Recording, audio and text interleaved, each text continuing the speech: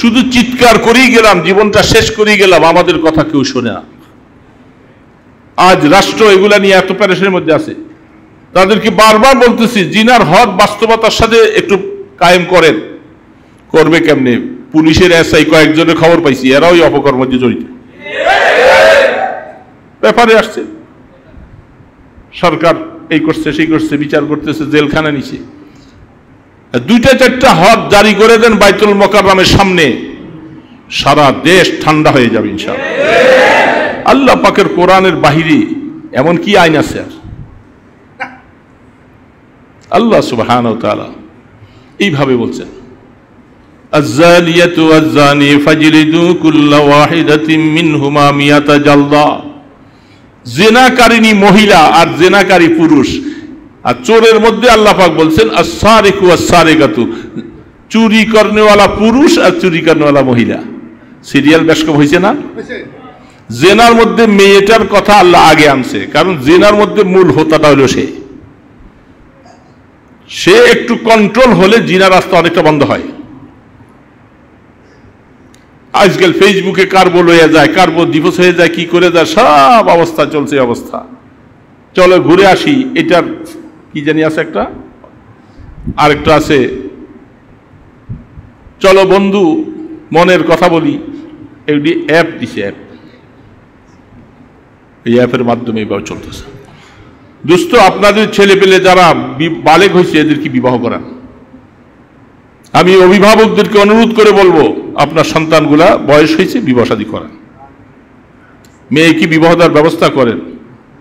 আল্লাহ রসুল বারবার বলছেন 4টা জিনিস দেখে মানুষ বিবাহ শাদী করায়। আমি রসুল তোমাকে বললাম 4টার মধ্যে 4 নম্বরটা গ্রহণ করো, ফাজফুর বিজাতি দ্বীন। যেখানে দিন ভালো পাইবা সেখানে তুমি আত্মীয়তা করো, আর দুনিয়ার মহে পড়বা সেখানে কষ্টর সীমা থাকবে না। এর জন্য মনে রাখি। তাইলে আর শেষ কথাটা হলো, এরকম মনোরঞ্জন করার মতো পরিবেশ, বিল্ডিং, অট্টালিকা, দালান কোঠা বানানোওয়ালা আমাদের দেশও আছে,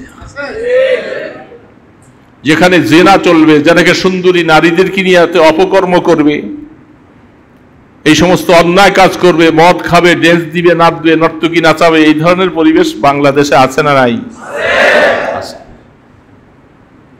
তুমি মনে রাখো কতদিন সময় আল্লাহ পাক দিয়ে দিচ্ছেন। কিছু কিছু মানুষ বড় আফসোস, পেপারটা খুলি দেখি দর্শন অবস্থা। কালকে পেপারে দেখলাম একটা 3 বছরের বাচ্চার সাথে 16 বছরের 2টা বাটপার তারা দর্শন করতে যায়, মেয়েটাকে মাইরেও ফেলছে। এরকম পেপার খুললেই দেখা যায় দর্শন দর্শন দর্শন। আমি যুবকদেরকে বলবো, বিশেষ করে যারা যুবকের অবস্থার মধ্যে পদার্পণ করেছো, খাহেসাত একটা জিনিস, এটা মানুষের ম্যাটার, জীবনের সবকিছু একটা মূল্যবান সম্পদ। এটা আল্লাহ পাক দিয়েছেন। যাকে দেয় নেই তাকে নিয়ে তার অভিভাবক তার কত পেরেশানি, তার জীবনের কোনো আনন্দ নাই, বিবাহ শাদী নাই, কিছু নাই। এটা আল্লাহ পাক কুদরতি ভাবে দিয়েছেন সবার। কি বলে, দেয় নাই? এত বড় গুরুত্বপূর্ণ একটা সম্পদ, এটাকে যত্রতত্র ব্যবহার করা হচ্ছে এখন বর্তমান অবস্থায়। জেনার রাস্তা খুলে ফেলছ, হস্তমৈথুন করে করে নিজের এই ম্যাটারকে ধূলিসাৎ করেছে।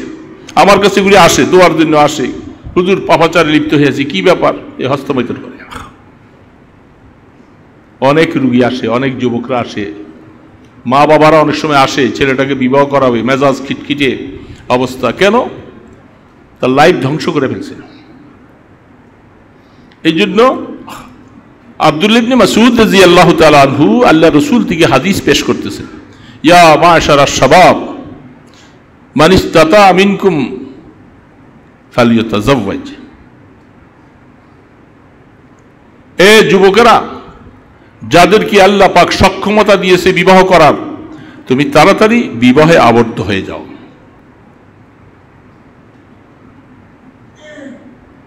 যদি ফাইল্লাম ইয়াস্তাতি, তোমার মধ্যে যদি সেই সক্ষমতা অবস্থা এবং তুমি কোনোভাবে বিবাহের সাথে ঢুকার মতো পরিবেশ তৈরি করতে পারো নাই, তাহলে ফালিয়াসুম, তুমি রোজা রাখো। যালিকা লাহুমুল ভিজা, এই রোজার মাধ্যমে তোমার খায়সাতকে কন্ট্রোল করো। তুমি বিবাহতে পদার্পণ করার মতো অবস্থায় পৌঁছতে পারো নাই, তুমি নিজের যৌবনের তাকাজায় এদিক সেদিক ছুটাছুটি করতেছ, তোমার জন্য উচিত হলো, আমি রাসূল বলে দিলাম, তুমি রোজা রাখো। শুধু এই 10 দিনের রোজা না, তুমি সারা বছর রোজা রাখো। রোজায় তোমার যৌবনকে কন্ট্রোল করে নিয়ে আসবে, ব্যালেন্স ঠিক করে দিবে। তা না করলে তুমি বিস্ফোরণ ঘটে তুমি নিজেও মরবা, তোমার অভিভাবকদেরকে মারবা, আরো সমাজদেরকে মারবা। এই রাস্তার মধ্যে যদি তোমরা চলে যাও, তাহলে তোমরা এই সমাজ দূষণীয় করে ফেললা। এই সমাজের মধ্যে অনেক যুবক আছে, আমাদের এখানে তো আছে আর কয়জন। এই যুবকদের কাছে আমি দাওয়াতটা পৌঁছাই দিলাম ইউটিউবের মাধ্যমে, তুমি রোজা রাখো।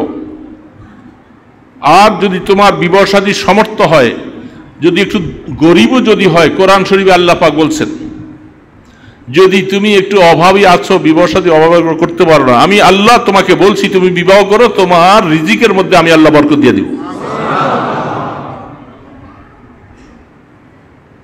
তুমি অভাবের কারণে তুমি বিচলিত হও না, তুমি বিবাহতে আবদ্ধ হয়ে যাও, রিজিকের ফয়সালা আমি করব। তাহলে আল্লাহ কি চাচ্ছেন? সমাজ থেকে জিনাকে দূর করতে চান। এই আয়াতের ভিতরে এই কথাই রয়ে গেল যে এই ছেলেটা যদি বিবাহ আবদ্ধ হয়ে যায়, তাহলে মেয়ে ছেলে দুইজনে তারা জিনার থেকে বাঁচতে পারবে। তা আল্লাহ চান যে সমাজ থেকে জিনাকে দূর করতে। আল্লাহ রসুল সেই অনুযায়ী হাদিস বললেন, ফালিয়াতাযাওয়াজ ফাইন্না লাহু ভিজা। একটা মানুষ খাসি হয়ে গেলে যেরকম দুর্বল হয়ে যায় একটা জানোয়ার, ঠিক তোমার মধ্যে রমজানের কারণে খাসিত্বের ভাব ফিরিয়ে আনবে, অর্থাৎ যৌবনের তাগাদাটা কমাই দিবে তোমাকে। এটা তোমার জন্য একান্ত উচিত। কিন্তু তা না করে যেখানে সেখানে যেখানে সেখানে, আহা কি আজীব অবস্থা। এই পাপের প্রায়শ্চিত্ত জমিনবাসীও পাবে। আমরা যারা নিরিবিলি বসে রয়েছি আমাদেরকেও ছাড় দিবে না। যখন গজব চলে আসবে, অন্য হাদিসের মধ্যে বলছেন তোমরাও বাঁচতে পারবে না, কারণ তোমরা এগুলাকে কেন কন্ট্রোল করো না। আমাদের সমাজে অনেক অভিভাবক আছে, তার ছেলে বিবাহের উপযুক্ত হয়েছে, ছেলেটাকে বিবাহ করায় না। সে বাড়িটা শেষ করবে, এই করবে সেই করবে, আগ্রম বাগ্রম করবে ইত্যাদি আশায় আশা বসে আছে। কিন্তু ছেলে, এরকম কয়েকটা ছেলে আমার কাছে অভিযোগ করছে, আমি তার গার্জিয়ানকে পাইও না, বলতে পারছি না, ছেলেটাকে বিবাহ করাচ্ছে না। এই জন্য শরীয়ত আপনাকে যেই রাস্তা দেখাইছে সেই রাস্তায় আপনি যাবেন না। আপনি সমাজ থেকে জিনা দূর করবেন, কি করে সম্ভব?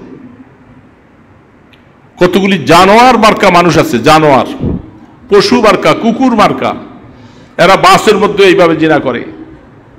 ব্যাপার খুললেই দেখা যায় বিভিন্ন জায়গায়, বাসায়, বিভিন্ন অবস্থায়। আরেকজন বিদেশে থাকে,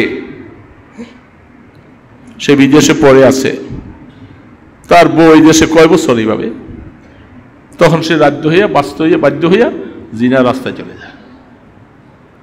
গত সপ্তাহে 3টা সংবাদ আমার কাছে এইভাবে টেলিফোন আসছে। স্বামী ইটালি, সেখানে সে বিবাহ শাদী করে বলছে, ওই বেটি কথা আমি এখন কি করব, 2টা বাচ্চা আমি। এখন সে আবার তার ডিভোর্স দেশে আবার আরেক জায়গায় আরেকজনের সাথে, ওই বেচারা আবার তার আগের স্ত্রীকে ডিভোর্স দিতেছে। কত ঝামেলা হচ্ছে। এই জন্য সমাজটা এখন, আমরা তো মসজিদে বসছি আলহামদুলিল্লাহ সবাই ফেরেশতার মতো, আর আফসোস লাগে এই মসজিদের মুসল্লি, সে তার ওয়াইফ থুইয়া দিয়ে সে আরেকজনের সমন্দির বলে চলে গেছে। শেষ পর্যন্ত এখন সেখানে যাইয়া ওই বেটির বিবাহ শাদী করে চলে আসে। এখন এই ফ্যামিলি আমার কাছে কানলো ছেলেটা, অথচ মোটামুটি দাড়িগুলি সাদা হয়ে আসছে। এই বয়সে যদি এই অপকর্ম করে, এই জন্য শরীয়ত বলছে বিবাহিত ওয়ালা যারা আছে এদেরকে সঙ্গে সার করে দাও, আর অবিবাহিত যেটা এটাকে বেত লাগাও, 100টা বেত লাগাও। বেত লাগাইলে যদি বাঁচতে পারে বাঁচবে, নয়তো বাকি কবরের উপরে মারবা। ওমরে ফারুক রাদিয়াল্লাহু তাআলা 80টা লাগাবার পরে বলে গেছে, বাকি 20টা কবরের উপরে মারছে।